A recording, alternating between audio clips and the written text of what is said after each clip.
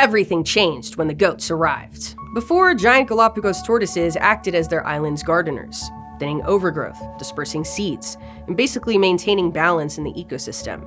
And that was good for everybody living there. But the delicate ecological situation of the Galapagos Islands was upset when pirates and whalers paid them a visit in the 1800s. While their stay was temporary, their stowaways, feral goats, made themselves at home permanently and brought environmental destruction with them. With no natural predators to keep them in check, their presence spelled trouble for the habitat. The goats' ravenous rampage disrupted the delicate balance of the island ecosystem.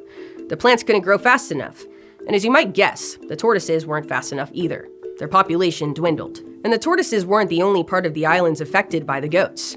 Overgrazing altered the balance of island vegetation, leading to significant soil erosion. But there was no obvious or easy solution. The problem was larger than simply shepherding a small herd onto a boat off the island. So in 1997, Galapagos scientists and land managers launched Project Isabella.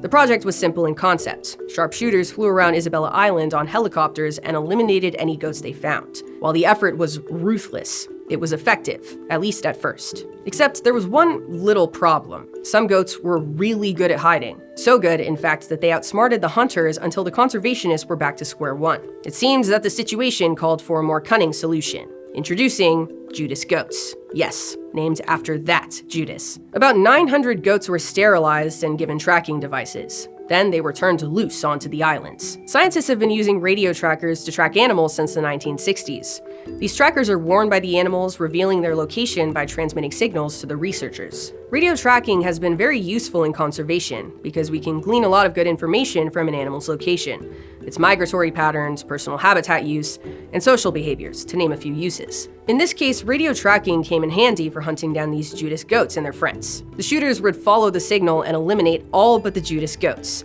leaving them alive to find other goats to track down. Then the cycle would repeat, and this worked. Not even the smartest or stealthiest of goats saw it coming. After this, balance began to return to the island. The vegetation grew back, and the Galapagos tortoise population grew by around 16,000 individuals across all the islands.